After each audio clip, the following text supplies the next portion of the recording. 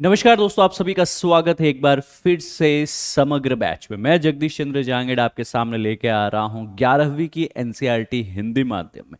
और यह एनसीईआरटी जिसका ज्योग्राफी के अंतर्गत बेसिकली आप यूपीएससी की प्रिपरेशन कर रहे हो, पीएससी की प्रिपरेशन कर रहे हो, या कोई भी एग्जाम अगर आप तैयार कर रहे हो कंपटीशन जहां जीएस या जीके के दृष्टिकोण से भूगोल पूछा जा रहा है, इस पुस्तक की अपने आप में बहुत ही महत्वपूर्ण उपयोगिता है। Fundamentals of the physical geography, इसी के 5 चैप्टर हम ऑलरेडी कवर कर चुके हैं पिछली क्लासेस में।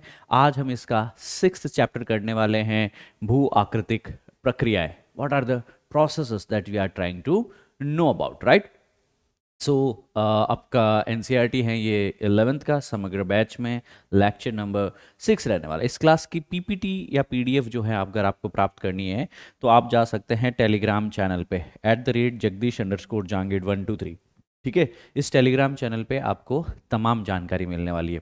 Apart from it you can also get the information right away from the JJSET UPSC. यहाँ से भी आप जो हैं 1-to-1 आपका कोई एकेडमिक डाउट है, you can reach out to us as well. आगे बढ़ते हैं दोस्तों। अच्छा, कई स्टूडेंट जो हैं वीकली टेस्ट नहीं लिख रहे हैं। आपको मैं बताना चाहता हूँ कि हर हफ्ता हमारे संडे को, जैसे अभी 13 तारीख को, 13 अगस्त को जो पिछला संडे था, वैसे ही अगले जो भी संडेज रहने वाले हैं, हर संडे को इवनिंग में आपका टेस्ट होने वाला है। कहाँ होने वाला है? पीडब्ल्यू एप्लीकेशन पे होने वाला है, समग्र बैच में। तो यूपीएससी का ये जो समग्र बैच है इसमें आप जा सकते हैं। यहाँ पे आपको कहा जाता है खाली पढ़ाई नहीं, लिखाई भी जरूरी है। ज्ञान का होना जितना आवश्यक, उसका प्रयोग करना उतना और ज़्यादा आवश्यक हो जाता है। ठीक है, अपार्ट फ्रॉम इट आपको पता होना चाहिए कि आपके हिंदी माध्यम के लिए करंट अफेयर का एक स्पेसिफिक बैच चलाया जा रहा है, नाम है समाधान। ये यूट्यूब पे शाम को 5 बजे लाइव होता है, सोमवार से शनिवार हर रोज लाइव क्लासेस होती है। अगर आप लाइव अटेंड कर पा रहे हैं तो सबसे बेहतरीन, अदरवाइज आप रिकॉर्डेड फॉर्मेट में भी यूट्यूब पे इस क्लास को देख पाएंगे। पीडीएफ भी जो है आपको इसी टेलीग्राम चैनल पे मिलने वाली है नाउ ऑनवर्ड्स। ठीक है, इसको याद रख सकते हैं। चलिए दोस्तों, आगे बढ़ने से पहले आप सभी का मैं धन्यवाद करना चाह रहा हूं कि आपने समग्र बैच के स्पेसिफिकली ज्योग्राफी की इस सीरीज को बहुत स्नेह, बहुत ही प्यार, बहुत एंगेजमेंट और एक सिंसियरिटी के साथ में जो है आपने कहीं न कहीं पढ़ाई की है। वह चीज़ आपके कमेंट्स में, आपके व्यूज़ में, आपके एंगेजमेंट में साफ बेसिकली जो है स्पष्ट देखने को मिलती है। And I am really thankful कि आप इतना सहजता से बेसिकली इन सारी चीज़ों को एक्सेप्ट कर पा रहे हैं, समझ पा रहे हैं, एट द सेम टाइम आपकी तैयारी जारी रखे हुए हैं दोस्तों। राइट, आज के गोल पे आते हैं दोस्तों। आज का गोल है भू आकृतियां व उनका विकास, किस तरीके से लैंड फॉर्म्स बने, है ना। तो जो हमारे पहाड़, पठार, मैदान, कोई भी चीज जो हमको आज की तारीख में धरातल पे वस्तुतः देखने को मिलती है, वह कैसे बनी, what are the processes behind it. इससे पहले हमने वो सारी प्रोसेसेस के मूल को जाना था कि सर कुछ चीजें जो है पृथ्वी के इंटरनल, है ना, हमने भूताप के बारे में, है ना, जियोथर्मल थ्योरीज के, कन्वेक्शन थ्योरीज के बारे में जाना था। फिर हमने एक्सटर्नल बहिर्जनित फोर्सेस के बारे में भी जाना था। अब हम ये जानने वाले हैं कि सर एंडोजेनिक फोर्सेस हम पिछली बार पढ़ चुके, अब हम एक्सोजेनिक फोर्सेस के बारे में जानेंगे। एक्सोजेनिक मतलब बहिर्जनित बल। यह बहिर्जनित बल कहीं न कहीं आपके पास में माउंटेन से लेकर के, प्लेट्यू से लेकर के, प्लेन से लेकर के, है ना, काफ़ी जैसे डेल्टा वाला एरिया हो गया, रिवर वैलीज हो गई, घाटियाँ हो गई, क्लिफ हो गए, तट हो गए, रेगिस्तान हो गए, ड्यून हो गए, है ना, आपकी काफ़ी सारी चीज़ें, जो हवा है, पानी है, वह अनेकानेक रूप से लगातार पृथ्वी की सतह को क्या करने की कोशिश कर रहा है? ग्रेड करने की कोशिश कर रहा है, समतल करने की कोशिश कर रहा है, अपर्दन कर रहा है। और जब जब अपर्दन होगा, हम सभी को पता है वो कहीं न कहीं मटेरियल वहां से हट के, टूट के दूसरी जगह जाके निक्षेपित भी होगा, डिपॉजिट भी होने वाला है। इसी चीज को आज हम समझने वाले हैं, किस तरीके से पृथ्वी पे जो स्थलाकृतियां हैं, उन स्थलाकृतियों का विकास हुआ है। सो अर्थ की जो अंडरस्टैंडिंग है वो कहीं न कहीं भूगोल के इस कहीं न कहीं एनसीईआरटी और इस सेशंस के थ्रू और बेहतरीन बेसिकली हमारी होती जा रही है दोस्तों। Right, I hope you all agree with that. तो पृथ्वी के धरातल का निर्माण करने के लिए पदार्थों पर अपक्षय की प्रक्रिया के पश्चात भू आकृतिक कारक जैसे प्रवाहित जल, भूमिगत जल, हवा, वायु, हिमनद, ग्लेशियर्स, तरंग जो आपके पास में करंट होता है वाटर का ओशियंस में, वो ये सारी चीज़ें जो है लगातार क्या करती हैं, अपर्दन करती हैं। तो जो भी हमको बेसिकली यहाँ पे दिख रहा है ना, ये प्लेट्यू दिख रहा है, ये माउंटेन्स दिख रही हैं, ये प्लेन्स दिख रहा है, इनका लगातार जो इस मोमेंट में हम बात कर रहे हैं ना, इस क्षण भी अपर्दन जारी है। कर कौन रहा है आपके पास में, जल और वायु। जल कैसा हो सकता है, या तो समुद्री जल है तो जल धाराओं के रूप से हो सकता है, या फिर आपके पास में बारिश का पानी है तो वो कहीं न कहीं माउंटेन के ऊपर से नदी के रूप में हो सकता है, या फिर ग्लेशियर के रूप में हो सकता है ना। सो देर आर मैनी वेज जिसके थ्रू यह इस तरह के अपक्षय की, अपक्षय का मतलब क्या हुआ आपके पास में, इरोजन, इरोजन किसी मटेरियल को वहां से तोड़ के हटाना, यह प्रक्रियाएं जारी हैं, लगातार जारी हैं। इसके कारण धरातल का स्वरूप बदलता है और यही अपरदन की प्रक्रियाएं जो हैं। अच्छा, मैं कहीं से मटेरियल को उठाऊंगा, सपोज यहाँ से मैंने मिट्टी का कटाव किया, तो पानी के साथ में जाकर के कहीं तो बेसिकली मैदानी क्षेत्र में जाकर के डिपॉजिट भी होगी ना। तो अगर अपरदन होगा तो कहीं न कहीं निक्षेपण भी होगा। अगर कहीं से इरोजन हो रहा है, आगे जाकर के कहीं इसका वापस क्या होने वाला है, डिपोजिशन भी होने वाला है, यह भी क्लियर है। तो हर एक चीज चाहे हमारी नदी हो, चाहे भूमिगत जल हो, चाहे सागर का जल हो, चाहे अगर पानी बर्फ के रूप में ग्लेशियर्स की फॉर्मेट में हो, चाहे पवने हैं, विंड्स हैं, ये तमाम चीजें बेसिकली क्या करने वाली हैं दोस्तों, अपरदन करेगी, निक्षेपण करेगी। मटेरियल को कहीं से उठाएगी, अपने साथ लेके जाएगी और कहीं डिपॉजिट कर देगी, निक्षेपित कर देगी। इसके कारण क्या क्या स्थलाकृतियां बनने वाली हैं, यह इस चैप्टर का सार है। तो इस चैप्टर को पढ़ने के दो तीन तरीके हो सकते हैं। एक तरीका तो हो सकता है कि लाइन दर लाइन जाए, और एक तरीका हो सकता है कि एग्जाम ओरिएंटेशन से पढ़े। मेरा कहीं न कहीं मैं ये कहता हूं कि आपको एग्जाम ओरिएंटेशन के साथ साथ लाइन दर लाइन भी पढ़ना है ना, क्योंकि इससे आपकी रीडिंग हैबिट अच्छी होगी, आपकी एकेडमिक प्रैक्टिस अच्छी हो जाएगी, आपको चीज़ों को समझना सीखना स्वतः आने लग जाएगा। और तो और मैं आज की क्लास में बेसिकली क्या करने वाला हूँ, today I am going to give you notes as well. आपको इस क्लास के पश्चात अलग से नोट्स भी दूंगा, है ना, पीडीएफ की फॉर्मेट में। कौन से चैनल में देखने को मिलेगा आपको, टेलीग्राम पे जगदीश जहांगीर सर, ठीक है। इस टेलीग्राम चैनल पे जाइएगा, जो ऑफिशियल टेलीग्राम चैनल है। और यह क्लास का जैसे अभी तो मैं आपको प्रेजेंटेशन दे रहा हूँ, ये पीपीटी भी जो मैं पढ़ा रहा हूँ ये भी मिलेगा, पर इस पे नोट्स भी अलग से दे दूंगा मैं आपको, है ना, ताकि नोट्स आपको अलग से बनाने की जरूरत नहीं, बस आप उन्हीं नोट्स को प्रिंट कर लो या अपने पास पीडीएफ की फॉर्मेट में रख लो और रिवीजन पे, याद करने पे ज़्यादा ध्यान दो, है ना। अगर आप याद कर पाओगे, एग्जाम में अच्छे से लिख पाओगे, एमसीक्यूज अच्छे से करेक्ट कर पाओगे, तभी तो आपके चेहरे पे मुस्कान और मन में कॉन्फिडेंस जगेगा, और वही इस क्लास का लक्ष्य है। तो लगातार इन सब कारकों से जो अपर्दन और निक्षेपण हो रहा है उसको समझना ही बेसिकली इस लेक्चर का, इस पाठ का सारांश है। तो इस क्लास के एंड तक आपको यहां लिखे गए तमाम शब्द जो है कि सर नदी के पानी के कारण क्या हो रहा है कि वी शेप की घाटी बन रही है, कहीं न कहीं जलोढ़ शंकु बन रहे हैं, कहीं न कहीं आपके अलुवियल कॉन्स बन रहे हैं, अलुवियल फैंस बन रहे हैं, मियंडर, ऑक्सबो लेक्स हैं, लेवीज हैं, फ्लड प्लेन्स हैं, डेल्टा है। ये सब नाम, इनमें से आधे नाम तो आपने सुन रखे होंगे, अभी आधे नहीं सुने, पर इनकी व्याख्या करनी आनी चाहिए। इनको सटीक आप 2 या 3 लाइन में कैसे समझ पा रहे हैं, लिख पा रहे हैं, उनकी विवेचना कर पा रहे हैं, यह लक्ष्य और कहीं न कहीं जो है गंतव्य मंतव्य रहने वाला है इस क्लास का। वैसे ही पानी खाली सतह पे ही नहीं, सतह के नीचे भी तो बहता है, जी बहता है सर, उसको हम भूमिगत जल कहते हैं, अंडरग्राउंड वाटर कहते हैं, जी हाँ सर। वो lapies, sink holes, caves, blind valley, terra rossa, hums नाम की स्ट्रक्चर्स बनाता है। तो इनको जानेंगे कि सर इनके अपरदन और निक्षेपण से क्या क्या चीजें हो रही है, we will understand those as well. समुद्र का पानी किस तरीके से, तटीय कगार, तटीय केव्स, कंदराएं, स्टैक्स, बीच। अब जैसे बीच होता है, हम कहते हैं सर मैं तो बीच पे गया था, बीच को हिंदी में पुलिन कहते हैं, क्या कहते हैं, पुलिन।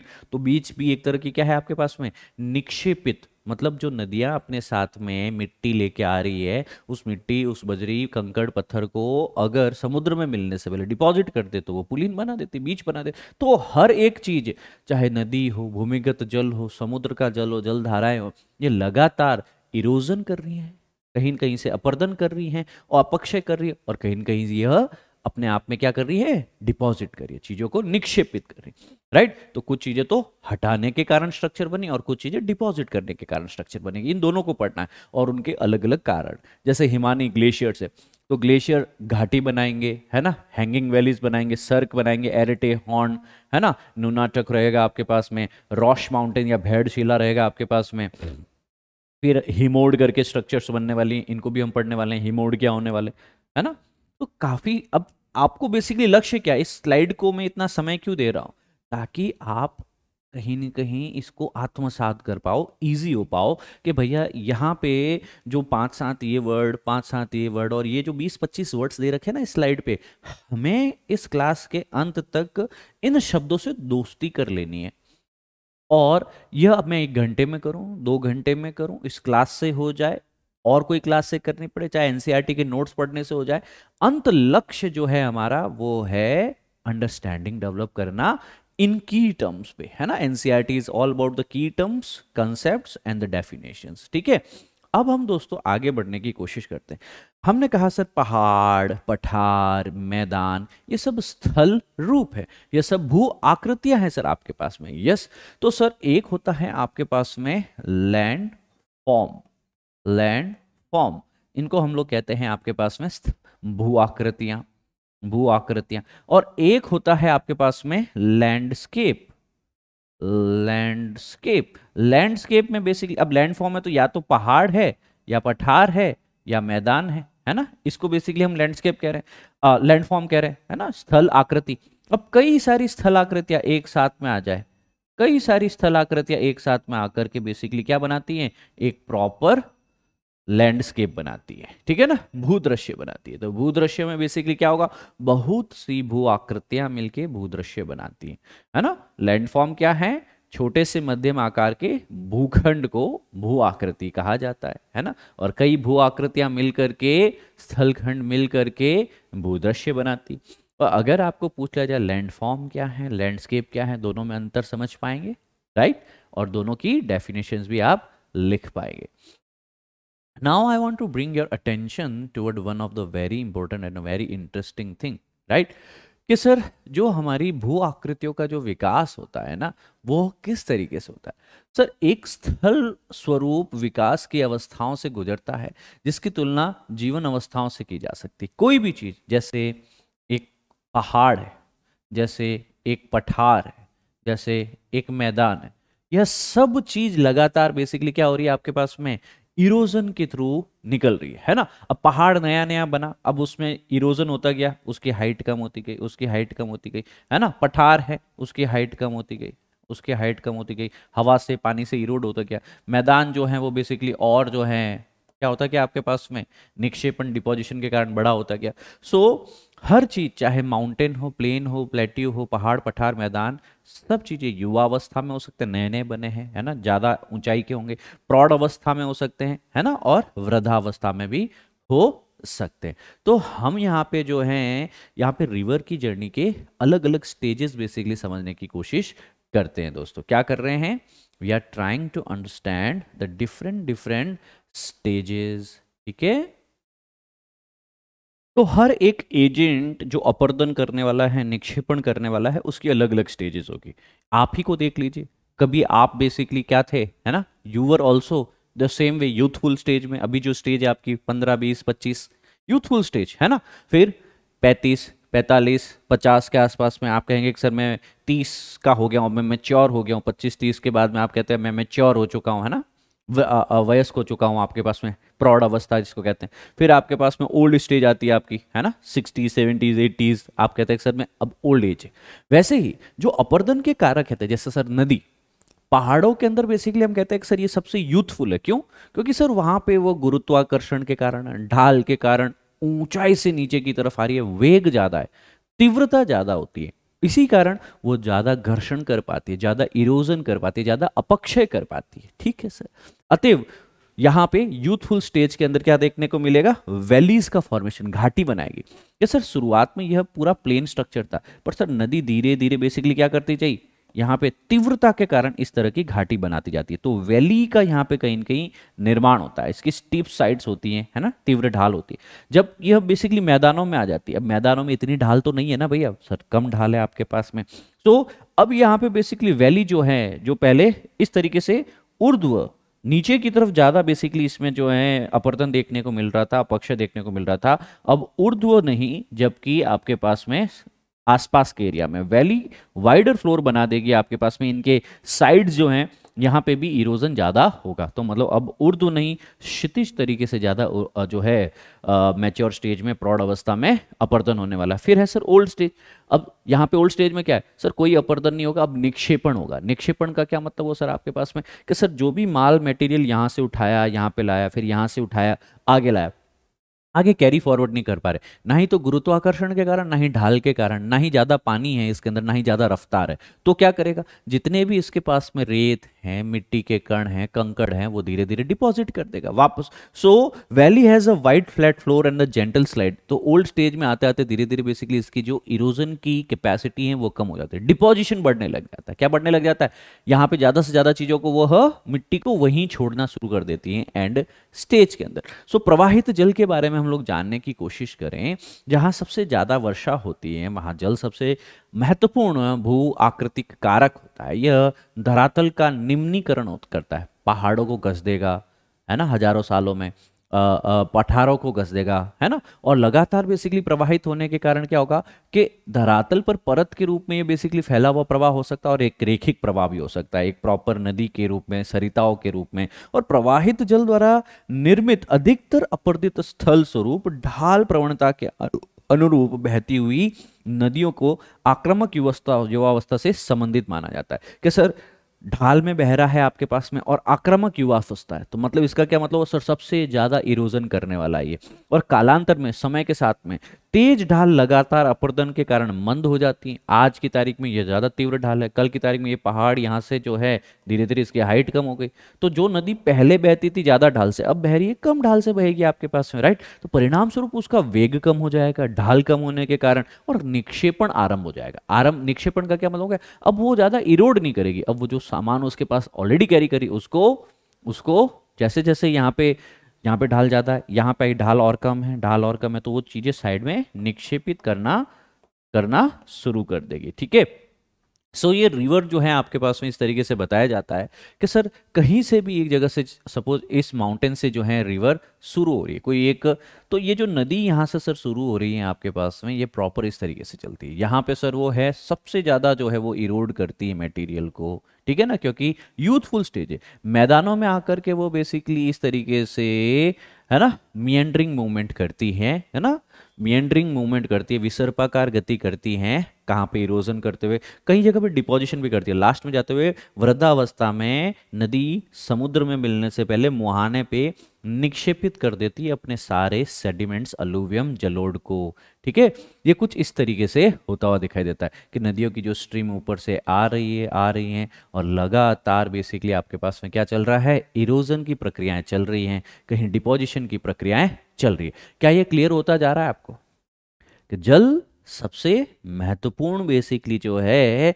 भू आकृतिक कारक है, और क्यों है वह भी आपने यहाँ पे सीखा व समझा। अब जो प्रवाहित जल जो है आपके पास में, यह अलग अलग स्टेजेस में होता है। इसकी युवावस्था होगी कहाँ होगी, जहाँ ज्यादा ऊंचाई है, जहाँ ज्यादा ढाल है। अच्छा, जब ज्यादा ढाल है तो फिर ये वी शेप वैली बताएगा कि सर जो समतल जगह थी वहां पे बेसिकली पानी पहले गिरा, फिर और गिरा, फिर और गिरा, फिर और गिरा, इस तरीके से वो वी शेप, वी आकार की घाटी बनाती हैं, वैली बनाती हैं, और बाढ़ के मैदान लगभग यहाँ पे अनुपस्थित होते हैं।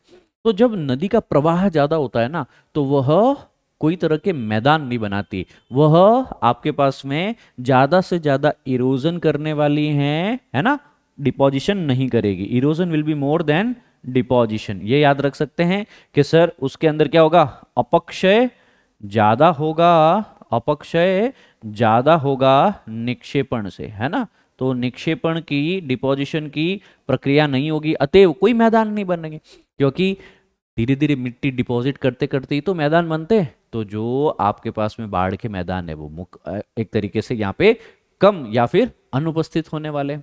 तो जल विभाजक अत्यधिक विस्तृत, चौड़े व समतल होते हैं और इसमें दलदल व झीलें होती हैं और ऊंचे समतल धरातल पर नदियां विसर्प विकसित हो जाते हैं और विसर्प अंततः ऊंचे धरातलों में गंभीरभूत हो जाते हैं, अर्थात विसर्प की तली में निम्न कटाव होता है और ये गहराइयों में बढ़ते हैं और अनवरत कठोर चट्टानें पाई जाती हैं जहां जलप्रपात शिप्रिकाएं बन जाती हैं। कुल मिला के बता रहा है कि सर जब तक माउंटेन्स के अंदर बेसिकली नदी चल रही हैं तो वो अपनी यूथफुल स्टेज में चल रही है। कहाँ पे चल रही है? यूथफुल स्टेज में। जब वही नदी जो है माउंटेन से नीचे आई तो कह रहे हैं कि सर मैदानी क्षेत्र में वह मैच्योर स्टेज में चलती। किस स्टेज में? प्रौढ़ावस्था में चलती। यहाँ पे वह निक्षेपण शुरू कर देती हैं और विसर्पाकार गति जो है शुरू कर देती है। यहाँ पे अन्य बेसिकली जो है छोटी मोटी धाराएं, सरिताएं, इसकी कोई आपके पास में जिसको मैं कह सकता हूँ कि सर अन्य जो इसके अंदर नदियां हैं वह भी अपना पानी जो है लाती, जिसको हम लोग क्या कह सकते हैं आपके पास में? सहायक नदियां कह सकते हैं। सो इस तरीके की मूवमेंट होती है। अंत में जाते हुए कह रहे हैं कि सर कई बार क्या होगा, सर बीच में पत्थर भी आ सकता है, राइट, पहाड़ भी आ सकता है, ऊंचाई भी आ सकती है।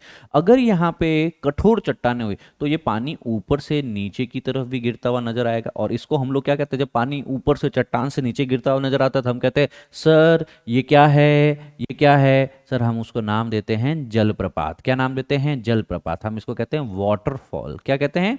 वाटरफॉल। तो वाटरफॉल भी एक तरह का क्या है आपके पास में? स्थलाकृति है, भू आकृति है, प्रवाहित जल से निर्मित आकृति है, ठीक है, जो इसके यूथफुल स्टेज में बनता है। क्योंकि ज्यादा से ज्यादा वाटरफॉल आप कहां देखेंगे? पहाड़ों के पास में देखने वाले हैं, राइट। अब जब मैच्योर अवस्था में नदी के अंदर, जैसे ही नदी मैदान में आई, मैच्योर अवस्था है, प्रौढ़ावस्था है, अब बाकी सहायक नदियों से भी बेसिकली इसमें पानी आके मिलने वाला है। अब यहाँ पे याद रखना, नदी की घाटियां वी आकार की होती हैं लेकिन गहरी नहीं होगी। घाटियां जो हैं अभी भी वी आकार की हैं पर इतनी गहरी घाटियां नहीं होती हैं और मुख्य नदी के व्यापक और विस्तृत होने से बाढ़ मैदान आ जाते हैं। जैसे इस नदी के अंदर मैं कहता हूं सर पानी बह रहा है, सर अपना पानी बह रहा है, पर सर सपोज यहां से भी एक्स्ट्रा पानी आ गया, यहां से भी इसका एक्स्ट्रा पानी आ गया, यहां से भी एक्स्ट्रा पानी आ गया, तो मतलब इसके अंदर जो रास्ता है, जो वैली है, इसके बहने के लिए, जो जलधारा के लिए, वह तो सीमित है। अब सपोज सर आपके पास मैं ये कहूं कि आप 1 लीटर के वाटर बॉटल में 3 लीटर पानी डालेंगे तो क्या होगा? बाकी का 2 लीटर आसपास में गिरेगा, राइट। वही चीज होने वाला। तो इन सहायक नदियों से एक्स्ट्रा पानी ऐड कर दिया जाता है। अब इस एक्स्ट्रा पानी के ऐड करने से क्या होगा कि सर इस मुख्य नदी का पानी बाहर आ जाएगा। तो यह जो मुख्य नदी होती है, यह अपना पानी जो है इसके दोनों तरफ, है ना, दोनों तरफ, है ना, दोनों किनारों पे बाहर की तरफ बेसिकली आ जाता है। और जैसे ही यह जल बाहर की तरफ आ जाता है तो इनको क्या कहते हैं? सर बाढ़ आ गई। नदी का पानी जो जनरली नदी में बहना चाहिए वह उसके आसपास के किनारों के क्षेत्र से भी बाहर चला गया, तो हम इस परिस्थिति को बाढ़ कहते हैं, हम सभी को पता है। और नदी के अंदर है क्या? पानी के साथ में मिट्टी है जो ऊपर से बेसिकली यूथफुल स्टेज में वो अपक्षय करके, इरोड करके, तोड़ के लाई हुई है और उन्हीं के द्वारा बनाए जाते हैं यहाँ पे बाढ़ के मैदान, फ्लड प्लेन बनाए जाते हैं, विस्तृत बाढ़ मैदान यहाँ पे बना दिए जाते हैं, ठीक है ना। बहुत ही फर्टाइल होते हैं, दे आर वेरी फर्टाइल, है ना। नदियों के द्वारा जो अलूवियम, जो जलोढ़ लाया जाता है बहुत ही उपजाऊ होता है और हर वर्ष वर्षा के कारण, फ्लड के कारण यहाँ पे इस तरह के फ्लड प्लेन विस्तृत बन जाते हैं, है ना। और यहाँ पे जलप्रपात और शिप्रिकाएं भी देखने को मिलेगी। जो हमारी नदी है दोस्तों, वो सीधी नहीं बहती, क्योंकि जैसे सीधी तो तब बहेगी कि सर आपके पास पूरी ही मिट्टी है, पर कई बार चट्टानें बीच में आ जाती, जैसे सर ये कठोर चट्टान है, ये क्या है आपके पास में? यह कठोर चट्टान। तो इस कठोर चट्टान के बीच में आने के कारण क्या हुआ कि अब ये रास्ता बदलेगी, यहाँ से इस तरीके से, यहाँ से इस तरीके से, यहाँ से इस तरीके, यहाँ से इस तरीके से। सपोज इसका पहले रास्ता था ये, पर यहाँ से धीरे धीरे इसने इरोजन करके अपना रास्ता चेंज कर दिया। तो कई बार बेसिकली जो है यह इरोजनल एक्टिविटीज के कारण ये वाला रास्ता जो है इसका कट जाता है और ये कट ऑफ होने के कारण बेसिकली क्या होगा कि यहाँ पे एक अलग से लेक बन जाएगी जिसको हम लोग कहते हैं ऑक्सबो लेक। क्या कहते हैं हम लोग? ऑक्सबो लेक कहते हैं या ऑक्सबो झील कहते हैं, ठीक है ना। और नदी की इस तरह की विसर्पाकार मूवमेंट को हम लोग कहते हैं मियंडर। क्या कहते हैं हम लोग? मियंडर कहते हैं। और नदी के दोनों तट पे बेसिकली यहाँ पे जो मिट्टी इकट्ठी रहती है ना, जो मिट्टी अलग से इकट्ठी रहती हैं, इसको बेसिकली हम हमारे शब्दों में बेसिकली क्या नाम देते हैं, लेवाइज नाम देते हैं, है ना, LAVEES, लेवीज। ठीक है, दोनों तट पे रहेगी, दाएं और बाएं दोनों। ठीक है बच्चा, अब ये तो हो गई आपकी मैच्योर स्टेज। अब ओल्ड स्टेज में क्या होगा सर, ओल्ड स्टेज जैसे जैसे हमारे नदी की पहुंचने वाली है वैसे वैसे छोटी सहायक नदियां कम हो जाएगी। अब सर खाली नदी अकेली बह रही है सर आपके पास में, ठीक है, अब ढाल भी मंद है, मतलब सर स्पीड भी कम हो गई है, और यहाँ पे नदी विसर्प या फिर प्राकृतिक तटबंध जो है वह बनाने की कोशिश करे। धीरे धीरे बेसिकली इसके पास में जो भी मटेरियल है वह इस तरीके से डिपॉजिट कर देगी। बीच बीच में जो मटेरियल है यहाँ पे क्या हो जाएगा, डिपॉजिट हो जाएगा, निक्षेपित हो जाएगी, ये मिट्टी मलबा बजरी जो भी रहेगी, ठीक है ना, तो वो इस तरीके से डेल्टा भी बना देगी। कई बार जो है यहाँ पे आसपास के अंदर जो है पानी, अब मिट्टी इकट्ठी हो गई और बीच में यहाँ पे जो है वो क्या बना सकती है आपके पास में, दलदल बना दिया आपके पास में, है ना, या फिर आपके पास में इस तरीके से मिट्टी इकट्ठी हो गई नदी के मुहाने पे और इसके अंदर लगून लेक जन बना दी, लगून झील बना दी आपके पास में। इस तरह के समुद्र तल के आसपास में इस तरह के भूदृश्य भी देखने को मिलेंगे। अब आते हैं सर मोनेड नॉक्स क्या होती है। जनरली हम देखते हैं कि सर इस पूरे के पूरे बड़े से पहाड़ को बेसिकली जो है वो तोड़ देती है। कौन तोड़ देती है, हवा और पानी जो है वो घिस घिस के हजारों लाखों साल में। पर सर कई बार हमको देखने को मिलता है कि सर सब नहीं हटा, कुछ वाला भाग जो है वो कठोर चट्टान है। ये क्या है आपके पास में, हार्ड रॉक है। ये क्या है, हार्ड रॉक है।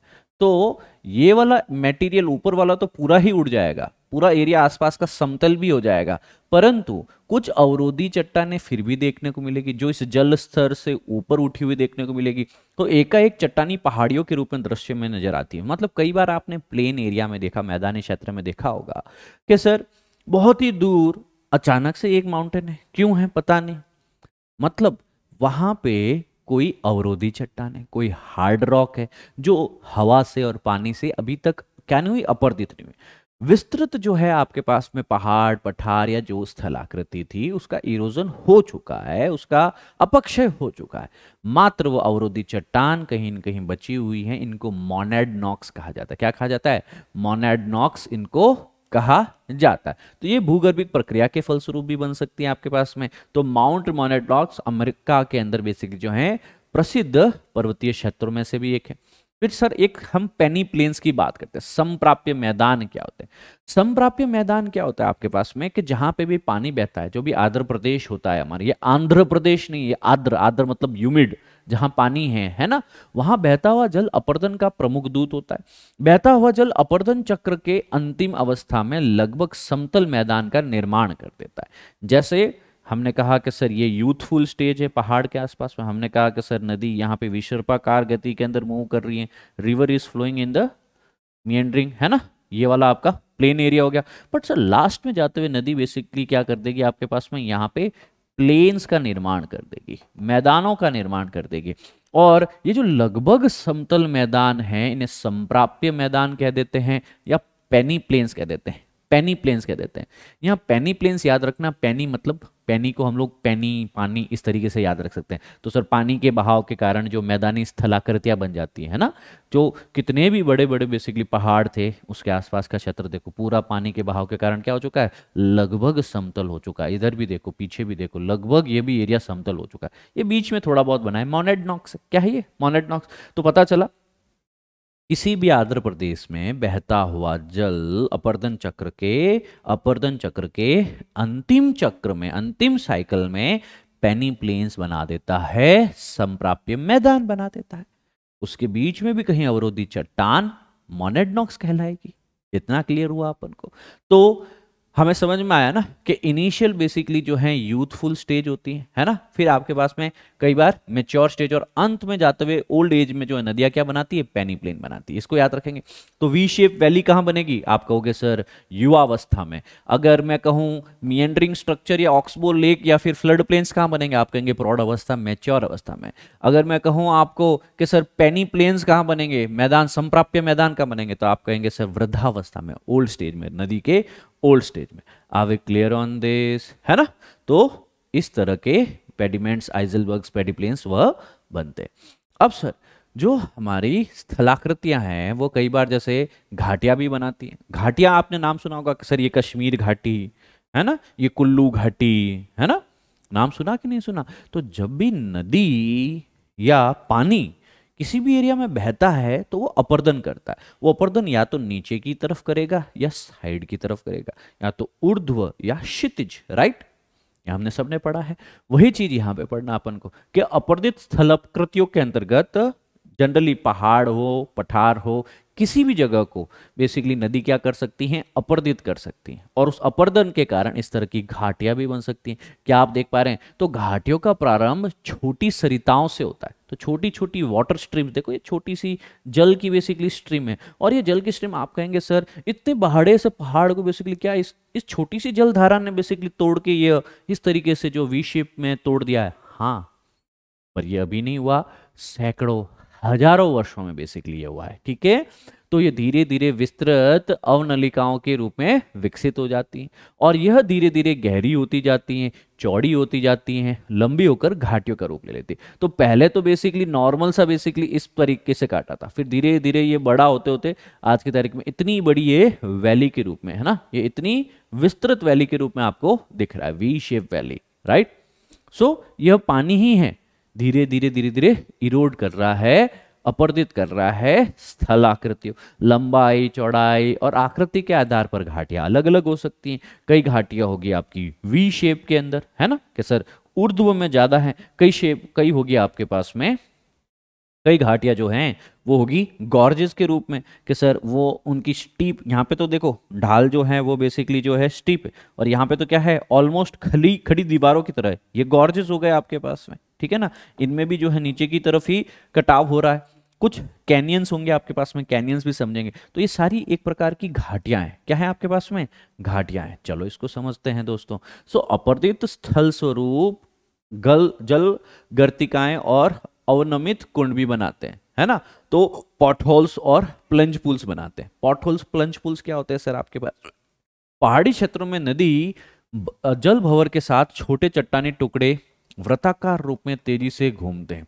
इन्हें जल गर्तिकाएं कहा जाता है, ठीक है ना। कई बार देखा होगा पहाड़ी क्षेत्र में गोले गोल पत्थर देखने को मिलते हैं, गोल गोल पत्थर देखने को मिलते हैं। अब वो कहीं न कहीं जाते हैं कि सर बीच में ये आपकी सॉफ्ट रॉक थी, क्या थी आपके पास में? कोमल चट्टान थी। इसको पानी ने घोल के अपर्दित करके बेसिकली केमिकल फिजिकल वेदरिंग करके हटा दिया। ये क्या है आपकी? हार्ड रॉक, ये है कठोर चट्टान। अब ये जो गोल पिंड है इसके अंदर घूम गिरे, और ये गोल पिंड जो है इस पानी का बहाव तो बेसिकली इस तरीके से, और ये पानी के इस बहाव के कारण लगातार क्या होता है?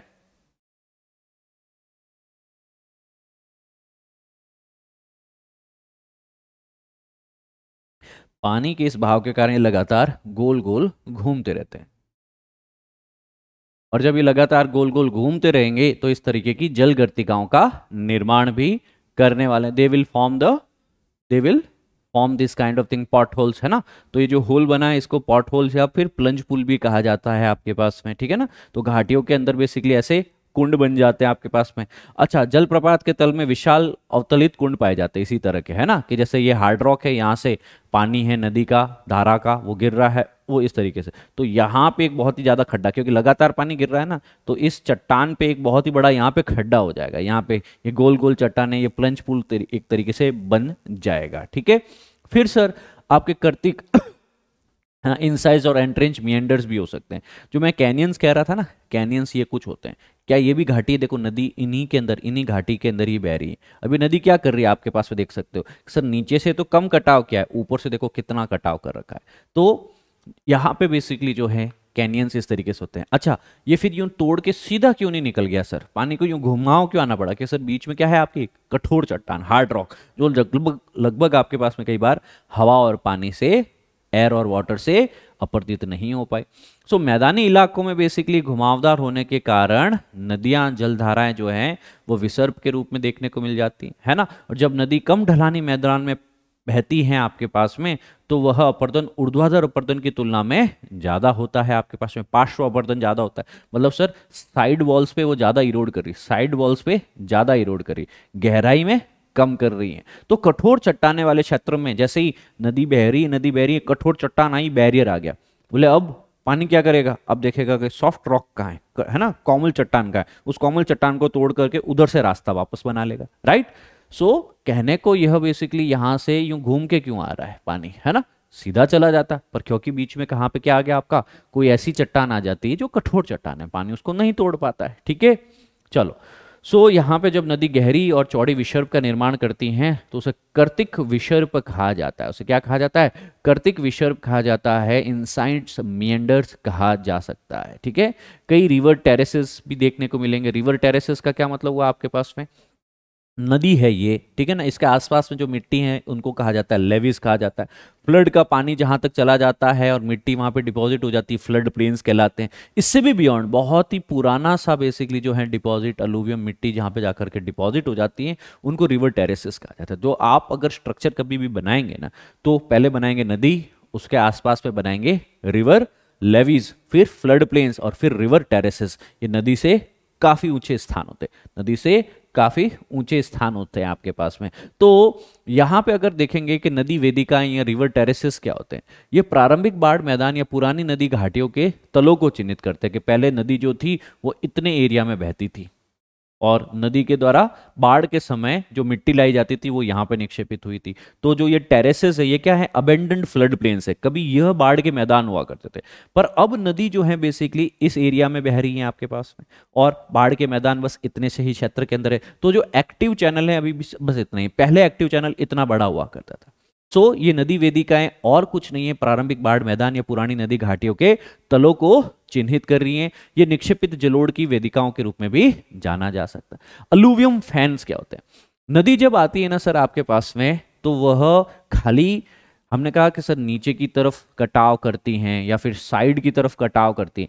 सर ये कटाव के अलावा जो मिट्टी लेके जा रही है कहीं न कहीं क्यों लेके जा रही है, क्योंकि सर पानी का वेग ज्यादा है, ढलान के कारण, गुरुत्वाकर्षण के कारण ये नीचे की तरफ लेके जा रही है। पर जैसे जैसे समुद्र के पास पहुंचती है वैसे वैसे क्या हुआ, समुद्र स्थल के पास में आ गई, मीन सी लेवल के आसपास में आ गई, है ना, तो ढलान कम है, अब पानी भी बेसिकली उसमें कम रहता है, तो डिपॉजिट ज्यादा है, तो वो धीरे धीरे जो है क्या करने लगेगी, जो अलूवियम है, जो मिट्टी है, जो बजरी है, जो बालू है उसमें वो डिपॉजिट करने लगेगी।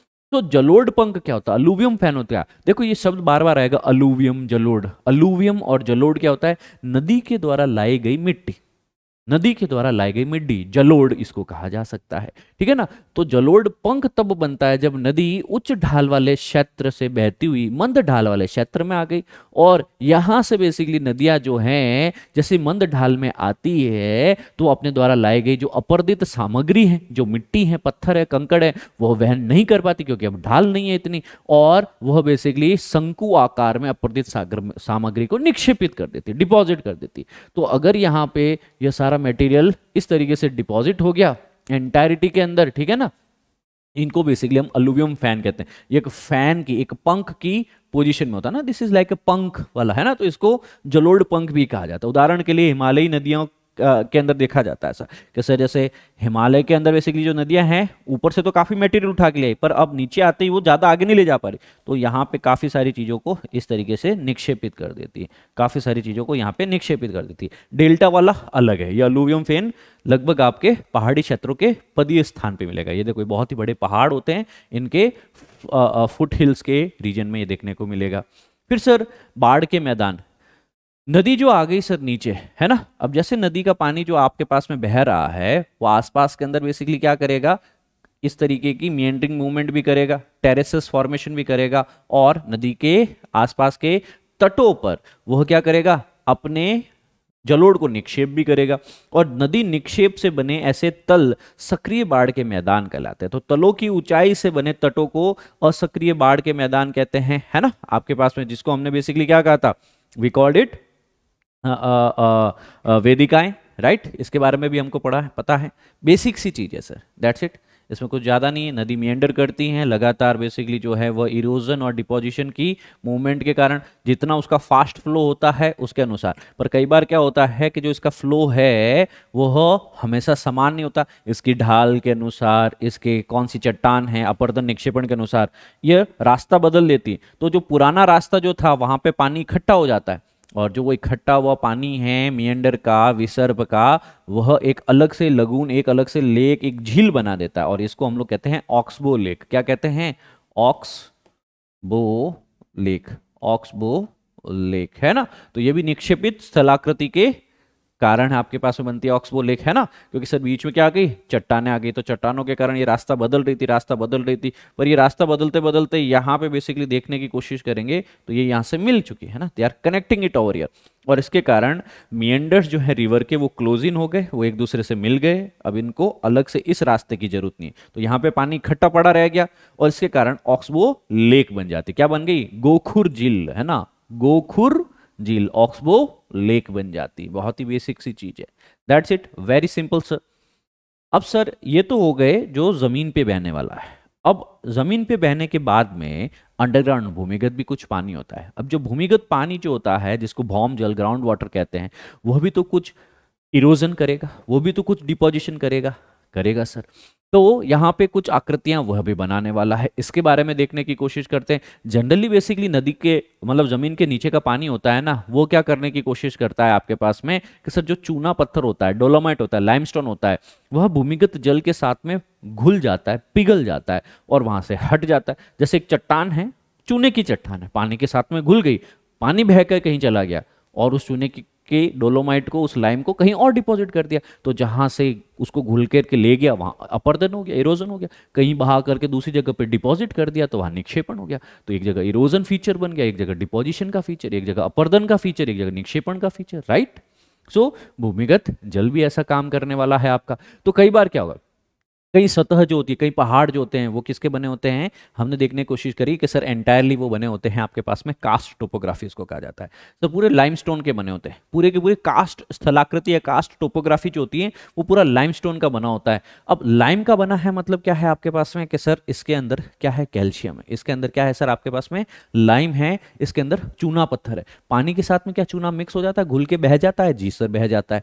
तो सपोज सर यहाँ पे हजारों सालों में बेसिकली क्या हो सकता है कि सर एक रंध्र बन सकता है। कैसे सर? यहाँ की मिट्टी, यहाँ की चट्टानें जो हैं वो पानी, बहते हुए पानी के साथ में घुल गल करके, पिघल पिघल करके ये पूरा का पूरा नीचे की तरफ चला गया, भूमिगत जल के अंदर चला गया। तो पहले एक छोटा सा सिंक होल, एक खड्डा बन सकता है, एक धौल रंध्र बन सकता है। यह एक स्थल आकृति का ऊपर का इरोजनल फीचर हो गया, अपरदनात्मक स्थलाकृति हो गई, है ना। यहाँ पे विलयन रंध्र बन जाते हैं छोटे छोटे। तो विलयन रंध्र धीरे धीरे गुलन प्रक्रिया के माध्यम से बनते हैं, हम सभी को बता रहे हैं, ठीक है ना। बहुत ही बेसिक सी चीज है।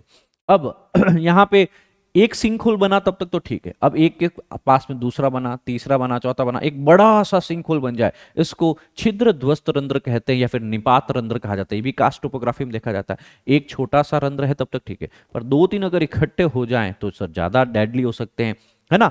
अब यहाँ पे इस तरीके से एक तो था आपके पास में मात्र रंध्र, है ना। अब ये दो तीन अगर इकट्ठे हो गए तो अपन को लगातार इतना कोई बड़ा सा एक यूं खड्डा सा नजर आएगा। तो वो खड्डा बेसिकली क्या है? इरोजन ही तो हुआ है। पानी ने बेसिकली क्या क्या है, इस एरिया के अंदर जो चट्टाने थी, जो मिट्टी थी, उसको घोल करके कहीं और ले गया। तो एक तरह की घाटी तो बनी है। तो यहाँ पे रंध्र के कारण कई बार घाटी भी बन जाती है। घाटी रंध्र मतलब युवा वाला। क्या है ये घाटी रंध्र? मतलब युवाला। तो यहाँ पे युवाला एक या दो से अधिक सिंक होल अपनी छत के ढहने के बाद जुड़ जाते हैं, लंबी सकरी खाइया बना देते हैं जो एक घाटी की तरह दिखते हैं। इन्हें सिंक घाटी या उवालास भी कहा जाता है। उवालास पता चली। और कई बार जमीन के अंदर आपको अंडरग्राउंड ऐसी केव्स देखने को मिलती हैं, कंदराएं देखने को मिलती हैं। अब केव्स क्या है, कंदराएं क्या है? कि सर यह प्रदेश जहां चट्टानें एकांतर संस्तर हो, शेल, बालू, पत्थर, क्वार्ट्जाइट, और इनके बीच में अलग चूना पत्थर या डोलोमाइट चट्टानें हो, है ना। कि सर कोई भी एक ऐसा एरिया जहां पे ऊपर तो बेसिकली क्या है, कठोर चट्टानें, नीचे क्या है, कठोर चट्टानें, पर बीच बीच में क्या है आपके पास में कि सर चूना है, डोलोमाइट है, चूना है, डोलोमाइट है। अब मेरे को एक बात बताओ कि सर अगर आपके पास में यहाँ पे पानी कहीं से बहता बहता बहता बहता नीचे से आया, क्या इसको घोल करके कहीं और ले जाएगा?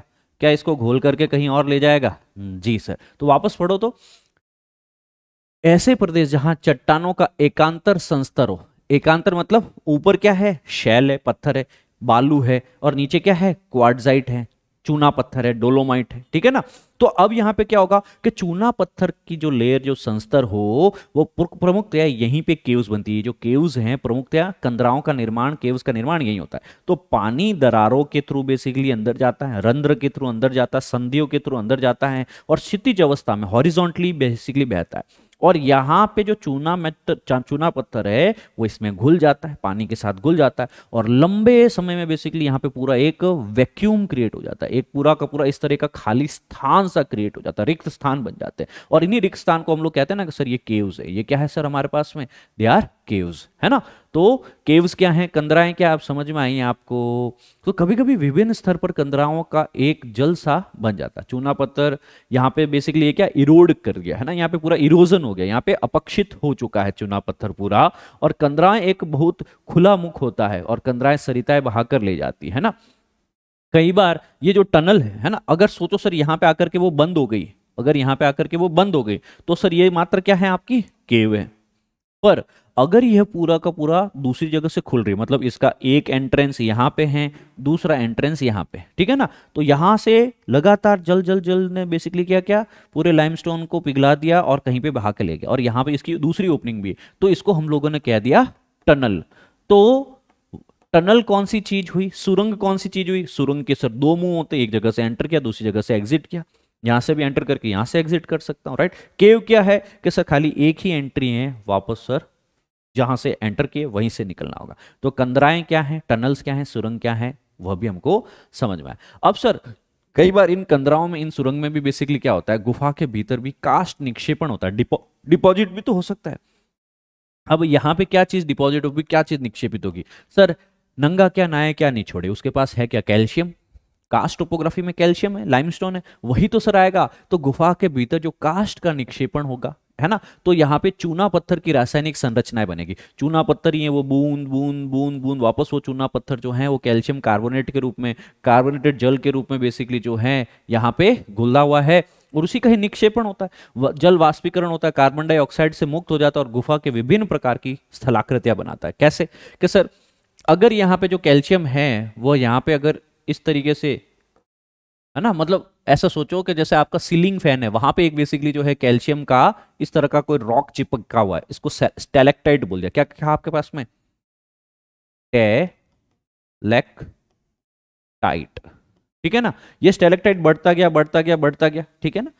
वैसे ही जैसे सरफेस पे लगी हुई है, जैसे आपके पास में छत पे लगी हुई है, केव के आपके छत पे लगी हुई है, वैसे ही अगर ये धरातल पे लगी हो तो स्टेलेग्माइट क्या है, स्टेलेग्माइट, है ना, स्टेलेग्माइट।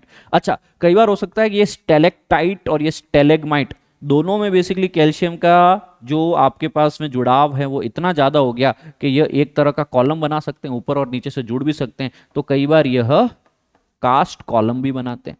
तो कास्ट टोपोग्राफी कैसी है सर? अगर छत से जुड़ी हुई तो स्टेलेक्टाइट, जमीन से जुड़ी तो स्टेलेग्माइट, दोनों जुड़ गए स्टेलेक्टाइट स्टेलेग्माइट तो आपका बन गया कॉलम। ठीक है, आवी क्लियर? इस तरह की गुफाओं में इस तरह की स्ट्रक्चर देखने को मिलती है ना, वो सारी स्ट्रक्चर क्या है, ऊपर से लटकी हुई स्टेलेक्टाइट, नीचे से बढ़ती हुई स्टेलेग्माइट, अगर दोनों जुड़ गई तो स्तंभ। देखो यहाँ पे ये जुड़ी हुई भी है आपके पास में, है ना, कॉलम, स्टेलेक्टाइट ऊपर, स्टेलेग्माइट नीचे। ठीक है, इसको याद रख लो। तो यहां पे हमने बहते हुए पानी से क्या हो सकता है और भूमिगत पानी से किस तरह का अपर्दन निक्षेपण हो सकता है वो जाना। अब हम जानते हैं तीसरी तरह का पानी जो कि बर्फ की शेप में है। नदियां अगर आपके पास में जो हिमनद इनको कहते हैं, ग्लेशियर जो कहते हैं आपके पास में, तो पृथ्वी की परत पे हिम प्रवाह हो सकता है, पर्वतीय ढालों के रूप में, घाटियों के अंदर रेखीय प्रवाह के रूप में कई बार हम हिम नद को बहते हुए देख सकते हैं। तो यहाँ पे महाद्वीपीय हिमनद हो सकते हैं आपके पास में, कॉन्टिनेंटल ग्लेशियर भी हो सकते हैं, या फिर गिरिपथ भी हो सकते हैं कि सर माउंटेन के यहाँ पे भी ग्लेशियर हो सकते हैं आपके पास में। ठीक है ना, सो यहाँ पे भी देखने को मिल सकते हैं। पर्वतीय या घाटी हिमनद भी हो सकते हैं, पर्वत की ढालों में बहते हैं। तो प्रवाहित जल के विपरीत हिमनद प्रवाह बहुत धीमा होता है। सर पानी तो बहुत तेज तेज बहता है, पर बर्फ के अंदर अगर वो है ग्लेशियर हैं तो ग्लेशियर धीरे धीरे 2 inch, 8 inch, 5 inch, 1 metre, 2 metre इस तरीके से धीरे धीरे बहता है। ठीक है ना। तो उसका प्रभाव बहुत ही कम होता है। हिमनद प्रतिदिन कुछ सेंटीमीटर ही चलता है और इससे कम से लेकर कुछ मीटर तक प्रवाहित हो सकता है। और हिमनद मुख्यतः गुरुत्वाकर्षण के कारण ही बहता है, क्योंकि ये क्या है आपके पास में, यहाँ पे ये पूरा बर्फ है, पूरा बर्फ है। अब ये ग्रेविटी के कारण, इस ढाल के कारण बेसिकली जो है नीचे की तरफ सरक रहा है।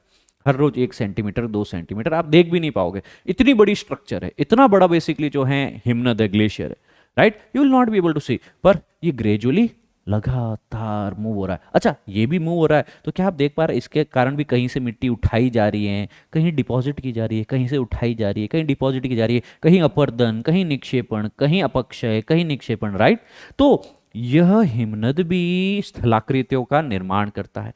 इससे किस तरह के अपर्दित स्थल रूप बन सकता है कि सर हिमनद जो फ्लो हो रहा है धीरे धीरे ही सही, पर कुछ तो ये इरोड कर रहा है, अपक्षय कर रहा है, क्या है वो, तो हम कहते हैं कि सर सर्क बनाता है। सबसे पहले क्या बनाता है वो, सर्क बनाता है। अब सर सर्क क्या होते हैं, सर्क जो है आपके पास में स्थल रंध्रों के हिमालय पर्वतीय भागों में जब हिमनद द्वारा उत्पन्न स्थल रंध्रों में सर्क सर्वाधिक महत्वपूर्ण है। अधिकतर सर्क हिमनद घाटियों के शीर्ष पर पाए जाते हैं। एकत्रित पर्वतीय क्षेत्रों में नीचे आती हुई सर्क को काटती हैं, ठीक है ना। तो यहाँ पे बेसिकली क्या कहा जाता है कि हिम पर्वतीय क्षेत्र से नीचे आती हुई सर्क को काटती है। और सर्क गहरे लंबे चौड़े गर्त होते हैं। बेसिकली क्या है, सपोज सर यहाँ पे एक टाइम ग्लेशियर था, क्या था, ग्लेशियर था, और इस ग्लेशियर के कारण बेसिकली क्या है, यहाँ की मिट्टी जो है वो क्या है, इरोड हो गई, यहाँ की रॉक्स इरोड हो गई। तो अब हमारे पास में जो पर्वत वो ऐसा नहीं दिख करके इसमें कुछ खड्डा दिखाई देगा, पर्वत ऐसा नहीं दिख करके उसमें कुछ इस तरह का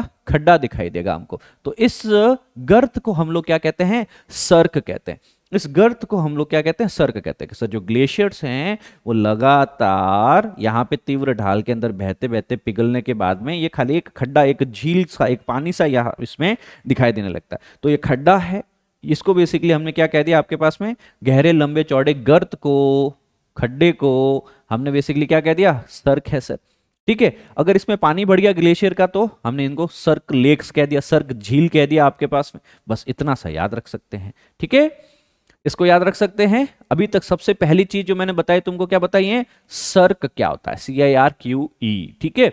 अब इसके बाद में जो है आपको जानना है वो है हॉर्न और गिरिशरंग, है ना। हॉर्न और गिरिशरंग क्या होता है, या फिर सिरेडेट क्या होता है। देखो, जो सर्क के शीर्ष पर अपर्दन होने से हॉर्न का निर्माण होता है आपके पास में, ठीक है ना।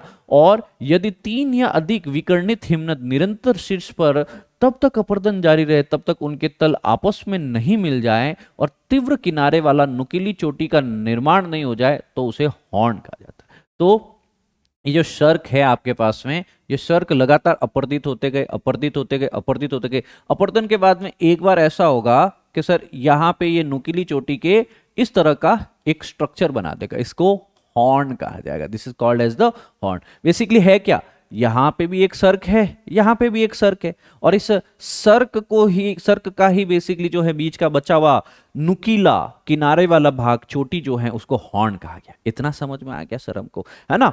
अब लगातार अपर्दन से सर्क के दोनों तरफ की दीवारें तंग हो जाती हैं और इसके आकार कंगी के आकार के हो जाते हैं। तो यहाँ पे ये सर्क है, यहाँ पे ये सर्क है, और ये बीच की जो दीवार है इनको एरेटे कहा जाता है। क्या है आपके पास में, इनको एरेटे कहा जाता है, ठीक है ना।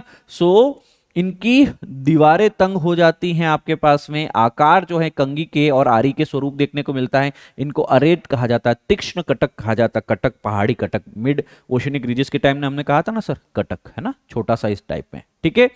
सो इसके ऊपरी भाग नुकीला और बाहरी भाग टेढ़ा मेढ़ा होता है, चढ़ना इस पे असंभव होता है। अब जब सर हम हिमनद की बात कर रहे हैं, ग्लेशियर्स की बात कर रहे हैं, कई बार सर यह ग्लेशियर जो है वो भी पानी की तरह है सर, है ना। आपस में जैसे ये नीचे की तरफ इरोड करेंगे, साइड की तरफ भी इरोड करेंगे, तो ये घाटियों का निर्माण करते हैं। जनरली अगर देखा जाए तो यह पानी की तरह वी शेप नहीं बनाएंगे, क्योंकि सर ये इतना तीव्र जो है इरोजन नहीं करेंगे, ये बनाएंगे सर यू शेप वैली। क्या बनाएंगे आपके पास में, यू शेप वैली, है ना।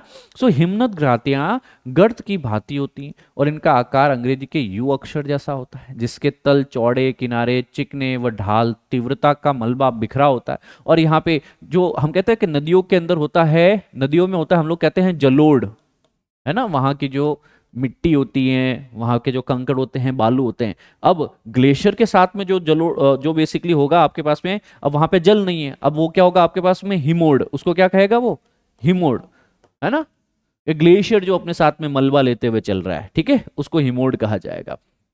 तो जो मलबा बिखरा होता है घाटी में, जो हिमोड मलबा है, वो दलदली रूप में दिखाई देता है। चट्टानें धरातल पर झील की तरह ऊपरी हो सकती हैं, अथवा झीलों में घाटी की उपस्थिति हिमोड मलबे से बनती है। और मुख्य घाटी के एक तरफ या दोनों तरफ लटकती घाटियां भी मिल सकती है। जैसे सर ग्लेशियर यहाँ से भी आ रहा है, ग्लेशियर यहाँ से भी तो आ रहा है ना। पर यहाँ से जो ग्लेशियर आ रहा है उसके लगातार नीचे एक तरह का गैप देखने को मिले। यहाँ से जो ग्लेशियर आ रहा है लगातार नीचे एक ढाल देखने को मिले। तो सर यहाँ पे भी तो एक वैली है, यहाँ पे भी तो एक यू शेप वैली है, यहाँ पे भी तो एक यू शेप वैली चल रही है। तो इस यू शेप वैली को हम लोग हैंगिंग वैली कहते हैं।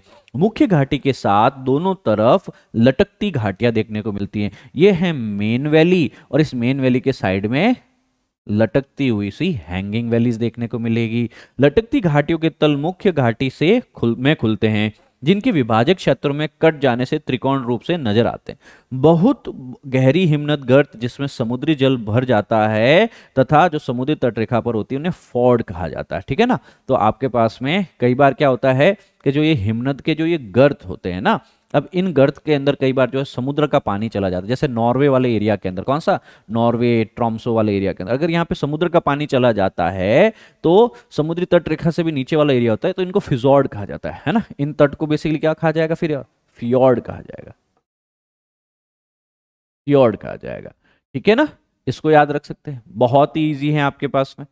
तो अगर हिमनद के गर्त के अंदर, इस एरिया के अंदर अगर पानी भर जाए समुद्र का, तो इसको फियोर्ड कहा जाता है। क्या कहा जाता है, फियोर्ड कहा जाता है।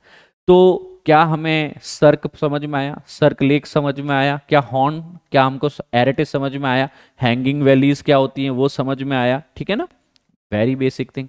अब ग्लेशियर्स किस तरह की स्ट्रक्चर बनाता है काट के, वो समझ में आया। अब ये निक्षेपित क्या करता है, डिपॉजिट क्या करता है। सो पिघलता हुआ हिमनद जो है वो भारी महीन पदार्थों को अपने साथ में आगे लेके जाता है, जिनको हम हिमोड कहते हैं, है ना। गोलाश्म भी कहा जाता है, हिमनद गोलाश्म भी कहा जाता है। ये निक्षेप करके अधिकतर चट्टानी टुकड़े को नुकीले और कम नुकीले आकार के होते हैं। हिमनद के तल पे या किनारों पे या छोर पे, जैसे कि ये हिमनद बह रहा है, जैसे ये ग्लेशियर बह रहा है, तो इसके या तो यहाँ पे सरफेस पे नीचे या यहाँ पे बेसिकली जो है मिट्टी डिपॉजिट होती जाती है, यहाँ पे हिमोड डिपॉजिट होते जाते हैं, ठीक है ना। कुछ मात्रा में शैल का मलबा होगा, पत्थर का मलबा होगा, है ना, और जल के साथ में बेसिकली यह बह रहा होगा आपके पास में, है ना। तो धीरे धीरे जाकर के ये आउटवॉश प्लेन बना देगा। क्या बना देगा कि सर आपके पास में यहां से वो बह रहा है सर आपके पास में ग्लेशियर के साथ में, और कहीं न कहीं जाकर के वो मलबा इकट्ठा हो जाएगा। मलबा इकट्ठा होकर के एक मैदान बना देगा। याद करो, नदी बह करके आगे क्या बना रही थी, समप्राप्य मैदान, पेनी प्लेन्स। वैसे ही आपके यहाँ पे ग्लेशियर का भी पानी कहीं न कहीं इस हिमोड, इस मलबे को बहा करके कहीं खड्डे के अंदर एक समतल सा मैदान बना देगी, और उस समतल से मैदान को बेसिकली यहाँ पे आउटवॉश प्लेन्स कहा जाता है। क्या कहा जाता है, आउटवॉश प्लेन्स कहा जाता है, जहाँ पे हिमोड जो मिट्टी है, जो पत्थर है, उनको निक्षेपित किया जाता है। बहुत ही सिंपल सी चीज है दोस्तों। Are we clear on this, very simple it is. तो अब जो यहाँ पे ग्लेशियर्स अपने साथ में पहाड़ों को तोड़ते हैं, मिट्टी जो बेसिकली साथ में लेके जाते हैं, उनको कहा जाता है मोरेन्स कहा जाता है। क्या कहा जाता है, मोरेन्स। तो इनके साइड में मोरेन हो सकती हैं, आगे भी मिट्टी हो सकती है, नीचे मिट्टी हो सकती है, साइड में मिट्टी हो सकती है। तो लेटरल मोरेन हो सकते हैं, transit moraine, super glacial moraine. तो मोरेन क्या है, मोरेन है, हिमोड जो है वो हिमनद टिल या गोलाश्मी मृत्तिकाओं के जमाव से लंबी कटक बन जाती है। तो अंतस्थ हिमोड, टर्मिनल मोलेंस, हिमनद के अंतिम भाग में मलबे को निक्षेपित करके बना कि सर इसके द्वारा लाया गया ये पूरा का पूरा मटेरियल जो है रास्ते में पूरा यहाँ पे इकट्ठा हो गया। तो इनको बेसिकली ये लोग क्या कह रहे हैं, टर्मिनल मोरेन्स कह रहे हैं, है ना। पार्श्व, लेटरल मतलब पार्श्व, यहाँ साइड में, यहाँ साइड के अंदर, यहाँ साइड के अंदर, ये लेटरल मोरेन हो गया आपके पास में, है ना। यह हिमोड ही है, they are nothing but the मिट्टी के साथ में जो है ग्लेशियर्स बहा के लेके जा रहा है पहाड़ों को, पत्थरों को, है ना।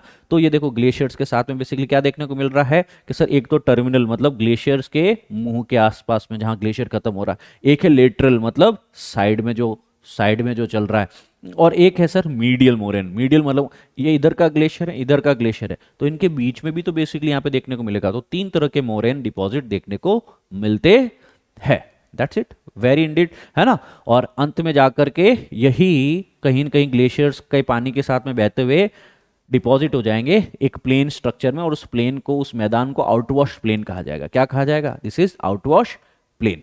Very simple it is, right, very very simple it is. Eskers करके क्या होता है? अब देखो एस्कर्स जो है आपके पास में क्या है, सपोज इसी एरिया को इमेजिन करो कि सर यहाँ पे एक जमाना था जब यहाँ पे बेसिकली क्या था, देयर वॉज अ ग्लेशियर, यहाँ पे एक ग्लेशियर हुआ करता था सर, है ना, पूरा बर्फ से ढकी हुई थी सर ये जगह। पर जैसे ही गर्मी आई ये ग्लेशियर पिघला। अब पिघला तो बेसिकली बर्फ जो है आपके पास में जैसे ही पानी के अंदर पिघलता गया, ये पानी प्रवाहित होता गया जलधारा के अंदर। तो जितने भी यहाँ पे नीचे जलधारा के नीचे, ग्लेशियर के पानी के नीचे मिट्टी, मोरेन, जितने भी आपके पास में जितने भी बर्फ के किनारे पे प्रवाहित होने वाली चट्टानी टुकड़े थे, मलबा था, वह बह करके बेसिकली कहाँ चला जाता है? हिमनद के नीचे चला जाता है, इस बर्फ के घाटी में जमा हो जाता है। और जो यहाँ पे ये जमा हो जाता है, इस तरह के ये स्ट्रक्चर बन जाता है, पिघलने के बाद वक्राकार कटक बना देता है। तो इस तरह की कटक बेसिकली हमको देखने को मिलती है। इसको एस्कर्स कहा जाता है। क्या कहा जाता है? एस्कर्स कहा जाता है ना। तो ये इस तरह के एस्कर्स देखने को मिलते हैं। ये डिपोजिशन के कारण, they are nothing but the deposition feature. कि सर ग्लेशियर था तब तक कुछ नहीं है, पर जब ग्लेशियर हटा तो पता चला सर इसके बीच में ये डिपोजिशन के कारण, मिट्टी के पत्थर के डिपोजिशन के कारण ये एस्कर्स बन गए। ये इस तरह के एस्कर्स बन जाते हैं, ठीक है। अब सर आउटवॉश प्लेन्स क्या होते हैं? हिमानी धोत मैदान इसको, कि सर हिमानी मतलब ग्लेशियर, धोत मतलब वॉश, आउटवॉश प्लेन्स कहा जाता है। सर हिमानी गिरिपथ के मैदान में अथवा महाद्वीपीय हिमनदों से दूर हिमानी जलोढ़ निक्षेप से बजरी, रेत, है ना, मिट्टी, मृतिका, आसानी चीजों को बेसिकली जो है जलोढ़ पंख भी इसमें है, सब चीजें मिला करके हिमानी धोत बना था। हमने कहा ना सर ये आपका माउंटेन है, यहाँ से जो ऊपर से ग्लेशियर का पानी नीचे आया, यहाँ पे आपके पास में वो हो सकता है अलुवियम, जलोढ़ पंख भी बना रहा है। आगे जाकर के यहाँ पे जो बनाएगा इस चीज को वो कह रहा है आउटवॉश प्लेन। क्या कहा इसने? आउटवॉश प्लेन, ठीक है। Are we clear? Very basic. ये स्ट्रक्चर बना के देखो आप लोग, हमेशा आउटवॉश प्लेन बनाना, साइड में यहाँ पे मोरेन बता देना, लेटरल मोरेन बता देना, एरेटिक क्या होता है, सर्क क्या होता है, वो सारी चीज बताना। ये है ग्लेशियर्स का इरोजन और डिपोजिशन, बहुत ही बेसिक। और एस्कर्स बनते हैं डिपोजिशन के कारण, ठीक है, वेरी बेसिक। फिर है सर तरंगों के कारण। जल तरंगे जो होती हैं समुद्र के अंदर, तरंग या धाराएं, करंट जिनको कहते हैं, वह भी बेसिकली जो है विनाशकारी होती हैं। कई बार वो भी स्थल रूपों का निर्माण करती हैं, कई बार वो अपर्दन करती हैं, तो कई जगह पे वो मिट्टी को ले जाकर निक्षेपित भी कर देती है। तो तटों के किनारे ज्यादातर हमको तरंगों के कारण, करंट्स के कारण, कोस्टल वेव्स के कारण इस तरह की स्ट्रक्चर देखने को मिलती हैं आपकी, ठीक है ना। चल, तो हम ये देखते हैं कि सर तरंगों के कार्य की अतिरिक्त तटीय स्थल रूप कुछ अन्य कारक भी होते हैं आपके पास में। सर समुद्र की आसपास के जो स्थल रूप है उसकी बनावट कैसी है ना, वो उन्मजन तट है या समर्थ तट है, उसके ऊपर भी है आपके पास में काफ़ी सारी चीज़ें। वो ऊंची चट्टानी जलमग्न है या फिर उन्मग्न है ना, कि सर ऊंचा और चट्टानी तट है या निम्न समतल या मंद ढाल का तट है, तो कैसा एरिया उस पर भी डिपेंड करता है। जैसे समुद्र का पानी है वो धीरे धीरे वेव्स के कारण, करंट्स के कारण क्या कर रहा है, देखो सर भले ही कितना भी आपके पास में ऊंचा चट्टानी तट है उसको भी धीरे धीरे ब्रेक किया ना इसने, तो ऊंचे चट्टानी तट भी बेसिकली जो है अपर्दित हो जाते हैं, है ना। तो तटों के सहारे तरंग अवनमित होकर धरातल पर अत्यधिक बल के साथ प्रहार करती है। इसके कारण पार्श्व भृगु का आकार ले लेता है ना, ये क्लिफ बन जाता है सर, धीरे धीरे इस पूरे एरिया को ब्रेक कर देती है। पूरा वहां क्या है, एक तरह से इस तरीके का क्लिफ देखने को मिलता है। This part is known as cliff part, है ना, इसको भृगु कहा जाता है। क्या कहा जाता है? पार्श्व भृगु कहा जाता है आपके पास में, ठीक है। और धीरे धीरे जो है ये तरंग सागरीय किनारों की अनियमितता को कम कर देती है। तो यह भृगु से गिरने वाला चट्टानी मलबे धीरे धीरे टुकड़े हो जाते, लहरों के साथ घर जाते हैं और दूसरी जगह पे इसको डिपॉजिट कर दिया जाता है ना। बस यही सारी चीज है, यही सारी चीज है बस। अच्छा, एक और चीज है आपके साथ में कि सर यहाँ पे जो मिट्टी है वो मिट्टी लाई जा सकती है, डिपॉजिट की जा सकती है तरंगों के द्वारा। अगर वो डिपॉजिट कर देती है आपके पास में, और इसके कारण बेसिकली जो है इनलैंड के आसपास में जो पानी इकट्ठा हो जाता है और इसका अंदर आने का रास्ता बहुत ही छोटा हो जाता है, तो यहाँ बे खाड़ी बन जाती है। तो ये खाड़ी जो बनती है वह भी एक निक्षेपण के कारण ही बनती है। This is also because of the deposition only, ठीक है ना। अब कई बार ये जो बीच में बेसिकली इस तरह की बार बना देती है, बार का क्या मतलब है, रोधिका है, रोधिका है मतलब बार कर दिया, रोध कर दिया, अवरोध पैदा कर दिया। तो सर मिट्टी के डिपोजिशन के कारण क्या हुआ यहाँ पे, सर यहाँ पे बार, यहाँ पे रोधिकाएं बन जाती। अब ये रोधिकाएं क्या कर देगी सर आपके पास में, ये क्या है, कुछ नहीं है सर, आपके पास में मिट्टी धीरे धीरे धीरे धीरे जो है समुद्र के द्वारा लाई गई है ना, और यहाँ पे इस तरीके से डिपॉजिट हो गई। और एक समय ऐसा आया कि ये पानी के ऊपर उठ गई, और पानी के ऊपर भी उठ करके हमको देखने को मिलती है। कई बार तट से थोड़ा दूर बहुत ही बड़ा ये बैरियर आइलैंड टाइप बना सकती है आपके पास में। अगर यहाँ पे जो यह नदियां आ रही है, वो नदियां जो हैं वो अपने निक्षेप को, डिपॉजिट को बेसिकली लेकर आ रही है, और यहाँ पे बीच बना सकती है ना। इस तरह की ये स्ट्रक्चर्स सारी बना सकती है, अवसादी तट वगैरह ये सब बनेगा। तो यहाँ पे क्लिफ, टेरेसेस और स्टैक्स बन सकते हैं ना, क्लिफ, टेरेसेस और स्टैक्स बन सकते हैं बीच वाली स्ट्रक्चर्स के आसपास में। क्या है टेरेस, केव, आर्क, स्टैक्स के सर आपके पास में सबसे पहले तो कोई भी हाई माउंटेनियस एरिया है समुद्र के पास में, तो लार्ज क्रैक डेवलप हो जाएंगे हाइड्रोलिक एक्शन से, पानी लगातार टकराएगा तो क्रैक्स डेवलप हो गए। अब क्रैक जैसे जैसे डेवलप होगा तो वो क्रैक थोड़ा और गहरा होगा, गहरा होगा तो अब ये केव एक तरह की गुफा बन जाएगी पानी के कारण, है ना। अब पानी जो है आपके पास में, है ना, the cave breaks through the headland forming the natural arch, और यही केव जो है धीरे धीरे धीरे धीरे टूटती रहती। अब सर एक बहुत ही बड़ा मतलब आर पार हो गया, आर पार बेसिकली छेद कर दिया। तो अब बेसिकली ये क्या बना दिया, केव ब्रेक करके एक हेडलैंड बना दिया। अब इस हेडलैंड का ये ऊपर वाला भाग टूट जाए तो, ये ऊपर वाला भाग टूट जाएगा तो this leaves a tall rock stack, तो ये एक तरह का स्टैक बन जाता है, और ये स्टैक भी धीरे धीरे इरोड हो जाता है, तो लास्ट में बन जाता है आपका स्टंप। क्या बन जाता है, स्टंप बन जाता है। तो ये सारी जो चीजें बता रहे हैं ना आपके पास में, हाँ, भृगु, वेदिकाएं, है ना, कंदराएं, स्टैक, ये सारा आपके तट के आसपास अपर्दन की प्रमुख क्रियाएं हैं जो तरंग के घर्षण के कारण देखने को मिलती हैं। समुद्री भृगु का बेसिकली आप एग्जाम्पल दे सकते हैं, बस इसका एग्जाम्पल आपको याद रखना है, और कुछ ज्यादा इसमें खास है नहीं दोस्तों। It's not much thing to be discussed over here. अब सर विंड्स के द्वारा भी कई बार इरोजन होता है ना। हमको पता है कि सर हवा भी तो अपने साथ में मिट्टी को लेके उड़ती है, बिल्कुल सर उड़ती है ना। तो वह भी बेसिकली जो है, जैसे मरुस्थल वाला एक एग्जाम्पल आप दे सकते हैं सर, वहां पे भी बेसिकली जो ठंडे मरुस्थल होते हैं, गर्म मरुस्थल होते हैं, है ना, और उसमें धरातल ठीक ऊपर वायु कैसी गर्म हो जाती है, और गर्म हवा जो है वो एक तरीके से गति करती है ना।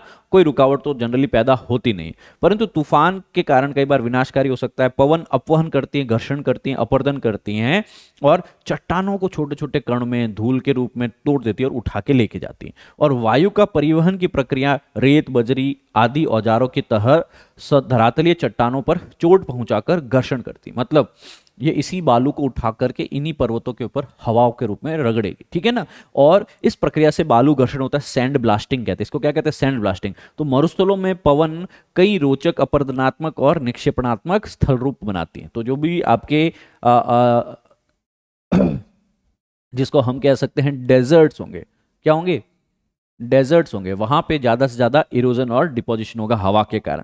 क्या क्या होगा सर, इसको थोड़ा सा समझने की कोशिश कर लीजिएगा। सबसे पहले तो पैडी प्लेन्स और पेनी प्लेन्स को समझ लीजिए। सर पेडिमेंट्स क्या होते हैं, मरुस्थलों में मतलब हवा के द्वारा, एयर के द्वारा, विंड के द्वारा, क्या है, विंड के द्वारा भूदृश्य जो लैंडस्केप है उसका विकास होता है, पेडिमेंट्स का निर्माण होता है, और उसका ही विकसित रूप होता है, ठीक है ना। अब पर्वतों के पद पर मलबे रहित अवस्था और मलबे सहित मंद ढाल वाले चट्टान पर पेडिमेंट्स कहलाते हैं। और पेडिमेंट्स का निर्माण पर्वतीय अग्रभाग के अपर्दन, मुख्यतः सरिता के क्षितिज अपर्दन और चादर बढ़ाव के कारण हुआ था आपके पास में, ठीक है ना। अब उसके आगे बेसिकली समझने की कोशिश करते हैं सर, ये जो है आपके पास में माउंटेन है, और ये माउंटेन के नीचे जो अलुवियम फैन है, ठीक है ना, और ये अलुवियम फैन के ही आगे एक मैदान बन जाता है अपर्दन के कारण, इसको पेडिमेंट्स कहा जाता है। इसको क्या कहा जाता है, पेडिमेंट्स कहा जाता है। ये पेडिमेंट कैसे बना, हवाएं जो हैं वो लगातार टकराती रही, और इसी पूरे के पूरे माउंटेनियस एरिया को लेयर बाय लेयर ब्रेक करती रही, लेयर बाय लेयर ब्रेक करती रही, राइट। सो अपर्दन जो है आपके पास में वह लगातार होता रहता है, और इसके कारण बैक वेस्टिंग होती जाती है, पृष्ठ क्षरण होता जाता है, समानांतर निवर्तन होता जाता है, पीछे की तरफ हटती जाती है, और एक पेडिमेंट यहाँ पे क्रिएट हो जाता है, पेडिमेंट आगे बढ़ता रहता है आपके पास में, ठीक है ना। और कई बार जो है आपके पास में इसके बीच में क्या है सर, हवा सॉफ्ट रॉक को तो तोड़ देगी, पर सर अगर कोई हार्ड रॉक आई तो तो जो हार्ड रॉक जो है अचानक इस तरीके से बीच में उठी हुई नजर आएगी हमको, तो उन हार्ड रॉक्स को हम आइजलबर्ग कहते हैं। क्या कहते हैं आपके पास में, यहाँ पे अपरदन के कारण कई बार बीच में अपरदन नहीं हो पाता है, आइजलबर्ग बन जाते हैं आपके पास में। क्या बन जाते हैं, आइजलबर्ग बन जाते हैं, जो कि पर्वतों के अवशिष्ट रूप होते हैं। ये पूरा पर्वत घस गया, पीछे खाली हार्ड रॉक बनी, अवशिष्ट बचे, रेजिड्यू बचा, है ना। ये याद रख सकते हैं। तो पैडी प्लेन याद रखेंगे, पैडी प्लेन याद रखेंगे, पैडी पेंट्स याद रखेंगे, बिल्कुल याद रखेंगे, ठीक है ना। कैनियंस आप देख पा रहे हैं आप लोग, ठीक है ना। मैसाज, अच्छा प्लेट्यू जो है पठार है, इस पठार का घर्षण होने के बाद में, अपरदन होने के बाद में हवा से, पानी से, लास्ट में क्या बचेगा, कम ऊंचाई का मैसा। तो जो प्लेट्यू ज्यादा ऊंचाई का होता है ना, और यहाँ पे मैसा है वह कम ऊंचाई का होता है, मैसा, मैसा, है ना। अब लास्ट में जो है मैसा का भी अपरदन होने के बाद में बन जाता है ब्यूट। क्या बन जाता है, ब्यूट बन जाता है, इसको याद रख। ये पठार है, ये मैसा है। पठार का अपरदन हुआ तो क्या बना, क्या बना, मैसा। मैसा का आगे और अपरदन हुआ, हाइट कम हुई तो क्या बना, ब्यूट बना। यह याद रख सकते हैं, ठीक है, ये याद रख सकते हैं। और कई जगह पे आपके पास में इस तरह के ब्यूट और मैसा देखने को मिलने वाले हैं। अब प्लाया क्या होता है कि सर मरुस्थल के अंदर कई बार जो है आपके पास में कई बार पर्वतों पहाड़ियों के घिरे हुए बेसिन में, अफवाह में, मुख्य बेसिन के मध्य में किनारे पे लगातार अवसाद के जमाव होने के कारण उसके मध्य में एक समतल मैदान की रचना हो जाती है। ये इस तरीके से है, इस तरीके से सर यहाँ पे एक समतल मैदान की संरचना हो जाती है। और इस समतल मैदान के अंदर अगर पर्याप्त जल उपलब्ध ना हो, तो ये मैदान उथले जल क्षेत्र में प्रवर्तित हो जाता है ना। और उथले जल के झीलें यहाँ पे पाई जाती है, प्लायाज इनको कहा जाता है। मतलब सर ये कोई गहरी झील नहीं है, कोई ज्यादा गहरी झील नहीं है। क्या सर झील ऐसी है आपके पास में, नो सर ये कोई ज्यादा गहरी झील नहीं है। दे आर लाइक ये ऐसे ऐसे हल्की सी उथली है सर आपके पास में, मतलब सर ज्यादा गहरी नहीं है, अल्प समय के कारण ही बेसिकली होती है। प्लाया में जब भी वाष्पीकरण होता है तो जल अल्प समय के लिए इसमें होता है। अक्सर प्लाया में लवणों की समृद्धता मतलब जो है आपके पास में ज्यादा देखने को मिलेंगे। और ऐसे प्लाया मैदान को लवणों से भी भरा हुआ होता है। इन्हें कल्लर भूमि भी कहा जाता है, क्षारीय क्षेत्र भी कहा जाता है, एल्कली फ्लैट भी कहा जाता है, क्योंकि सर सॉल्ट ज्यादा डिपॉजिट हो जाते हैं। पानी जो भी होता है थोड़े टाइम के लिए रहता है और वो भी इवेपोरेट हो जाता है, वो भी क्या हो जाता है आपके पास में, वाष्पीकृत हो जाता है। तो पानी वाष्पीकृत हो गया तो पीछे क्या बना, सॉल्ट, नमक ही पीछे बचा, लवण ज्यादा बचे, तो इसको कल्लर भूमि या एल्कालाइल फ्लैट भी कहते हैं, ठीक है। That's it. केव्स के बारे में आपको ऑलरेडी मैं बता चुका हूं, बेसिक सी चीजें हैं। यह भी बेसिकली आपके अपरदन के कारण बनने वाली हैं, हवाओं के कारण। अब मशरूम रॉक कैसे बनती है, मरुस्थल में अधिकतर चट्टानें जो हैं वह घर्षण के द्वारा कट जाती हैं, परंतु कुछ चट्टानें जो हैं आपके पास में वह अवरोध पैदा करती है, वह हार्ड रॉक होती है, अवरोधी चट्टानें भी होती है। और ये घिसे हुए अवशेष जिनके आधार पतले होते हैं, पतले क्यों हैं भैया आपके पास में, सर यहाँ पे क्योंकि ये रॉक जो है वो सॉफ्ट है ना, तो ज्यादा अपरदन हो गया, पर ऊपर हार्ड रॉक है, तो नीचे वाली सॉफ्ट रॉक तो कटती गई, ऊपर वाली हार्ड रॉक अभी भी बनी हुई है। तो कभी कभी प्रतिरोधी चट्टान का ऊपरी हिस्सा मेज की भांति, टेबल की भांति विस्तृत रहता है और अधिकतर एक अवशेष पीठिका की भांति खड़े रहते हैं। इनको छत्रक कहा जाता है, मशरूम रॉक कहा जाता है, टेबल रॉक भी कहा जा सकता है। ये इस तरह की स्ट्रक्चर होती है दोस्तों, right. That's it, very simple. Arid desert landforms के बारे में हमने जाना। अब बरखान क्या होते हैं आपके पास में, कि ये इस तरीके से एक सी शेप के अंदर जो है बालू है ना, हवा के कारण जो है मिट्टी जो है बालू के टीले बना दे। तो गर्म शुष्क रेगिस्तान में रेत के टीलों का निर्माण होता है और रेत के टीलों के आकार के अनुसार रेत जो ये स्ट्रक्चर बनाते हैं उनको अलग अलग नाम दे दिया जाता है। बालू टिब्बों के विभिन्न रूप है ना, तीर द्वारा वायु की दिशा दर्शाई जा रही है आपके पास में, ठीक है ना, कि सर ये जो बालू है ना, ये इधर जो है हवा बह रही है आपके पास है, तो पहले शिफ्ट बना रहा है और जब ये पूरा एक तरीके से फोल्ड डेवलप हो जाता है तो इसको बरखान कहा जाता है, ठीक है ना, बरखान कहा जाता है। जैसे अगर हवा यहां है तो ये है बरखान, क्योंकि सर इस वाले एरिया में ज्यादा इरोजन है, बीच में नहीं है, ठीक है ना। जबकि आपके पास एक दूसरा हो सकता है कि सर हवा यहां पे ज्यादा टकरा रही है, हवा यहाँ पे ज्यादा टकरा रही है तो यहाँ पे ज्यादा इरोड कर रही है वो, ठीक है ना। और इन एरिया को बेसिकली जो है पैराबोलिक अनुप्रस्थ भी, टीले भी, टिब्बे भी कहा गया। तो बरखंस क्या हो सकते हैं सर आपके पास में, ये देखो इस तरीके से हवा आई आपके पास में और हवा आपके पास में ज्यादा से ज्यादा जो है इसको आगे के आगे धकेल के ये टिब्बा बना रही है। रेगिस्तान की भू आकृति है, अर्धचंद्राकार टीले है ना, और यहाँ पे बिंदु या पंख हवा की दिशा के अनुरूप होते हैं, है ना। तो ये इसके बिंदु हैं और ये बाकी के पंख है, ये ऐसी स्ट्रक्चर बना लेते हैं सर आपके पास में। फिर है सर परवलयिक टीले, ये हैं आपके पैराबोला टीले, है ना। ये बेसिकली जो है उल्टे बरखांस होते हैं, रिवर्ट बरखांस होते हैं, हवा की दिशा के एक समान, जिनमें हवा की दिशा एक समान होती हैं, और ये तब बनते हैं जब रेत की सतह आंशिक रूप से वनस्पति से ढकी हो, आसपास में जब ज्यादा वनस्पति हो तब ये पैराबोलिक टीले बनते हैं, ठीक है ना। फिर सेफ टीले हैं आपके पास में, सेफ टीलों में और कुछ नहीं है, इनमें केवल एक पंख या एक ही बिंदु होगा, और ये तब बनते हैं जब हवा की स्थिति में बदलाव होता है ना। तो आपके पास में सेफ के लंबे पंख हैं, बहुत ही लंबे और ज्यादा ही ऊंचे हो सकते हैं, ये इस तरीके से हो सकते हैं, इनको सेफ टीले कहा जाता है। कई बार जो है लॉन्ग, एक तरीके से लीनियर, है ना, अनुदैर्ध्य टीले भी देखने को मिल सकते हैं ना, लंबाई के साथ में देखने को मिलेंगे। तो यहाँ पे इनकी ज्यादा लंबी चोटियों के रूप में दिखाई देंगे, लेकिन ऊंचाई इनकी कम रहने वाली, रेत की आपूर्ति पूरी नहीं हो पाती है इसके कारण, ठीक है, ऐसे बन जाते हैं। That's it, very easy to go. एक क्वेश्चंस है, अब कुछ क्वेश्चंस हैं, इन क्वेश्चंस को आप अटेम्प्ट करेंगे as a homework, you will attempt this question as a homework. जैसे स्थलरूप विकास के किस अवस्था में अधोमुख कटाव होता है आपके पास में, तरुण अवस्था, प्रौढ़ अवस्था, अंतिम अवस्था या वृद्धावस्था में। गहरी घाटी जिसकी विशेषता सीढ़ीनुमा खड़े ढाल की होती है, ठीक है ना सर, आपके पास में यू आकार की घाटी होगी, आपके पास में ब्लाइंड वैली अंधी घाटी होगी, क्या गॉर्जेस होंगे या कैनियंस होंगे, कि सर आपके पास में ये कुछ इस प्रकार की, ठीक है ना। क्या बताया था अपने, शायद कैनियन से, क्या होगा बताओ तो। निम्न में से कौन सा वक्तव्य लैपीज के लिए सही है, कि ये छोटे से मध्य आकार के उथले गर्त हैं, यह स्थलाकृति जिनके ऊपरी मुख्य वृत्ताकार व नीचे से कीपाकार होते हैं, और ये ऐसी स्थल रूप है जिनमें धरातल से जल के टपकने से बनते लैपीज, और अनियमित धरातल जिनके तीखे कटक व खांच होते हैं, क्या है लैपीज।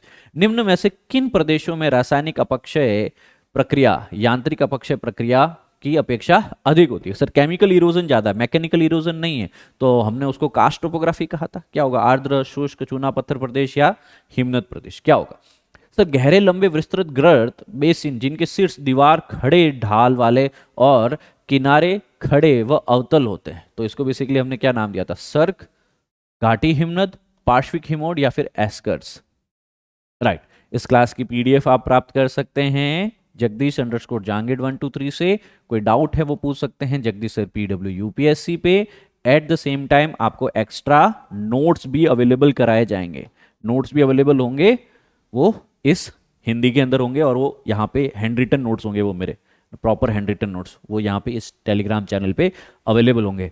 आई गेस आज 15 अगस्त को जब आप ये क्लास देख रहे हैं तो मेरी तरफ से यह आपको एक तोहफा होने वाला है दोस्तों। इस क्लास अच्छी लगी हो तो बताइएगा जरूर, और बस सीखना उतना ही है, समझना उतना ही जितना मैंने क्लास के शुरुआत में बताया था, कि उन टॉपिक से रिलेटेड उनकी स्ट्रक्चर कैसे बनी, यह डिपोजिशन से बना, इरोजन से बना है क्या, ये हवा से बना, ये पानी से बना, या ग्लेशियर से बना, कैसे बना, उसके बारे में फैमिलियरिटी थोड़ी सी देखो, क्योंकि प्रीवियस ईयर क्वेश्चन देखोगे तो ज्यादा इस पे कोई प्रश्न विशेष पूछे नहीं गए हैं बस, परंतु जैसे जैसे हम आगे बढ़ेंगे ना तो आपको इसकी बेसिक जानकारी तो होनी चाहिए। एंड गोज विदाउट सेइंग, आप ये टेस्ट जरूर लिखिए, अगर आप टेस्ट नहीं लिख रहे हैं तो यार missing out on many things. और अपना 5 बजे वाला समाधान वाईटी बैच है, उसको छोड़ना ही नहीं है, उसको तो डेली देखिए आप लोग, है ना।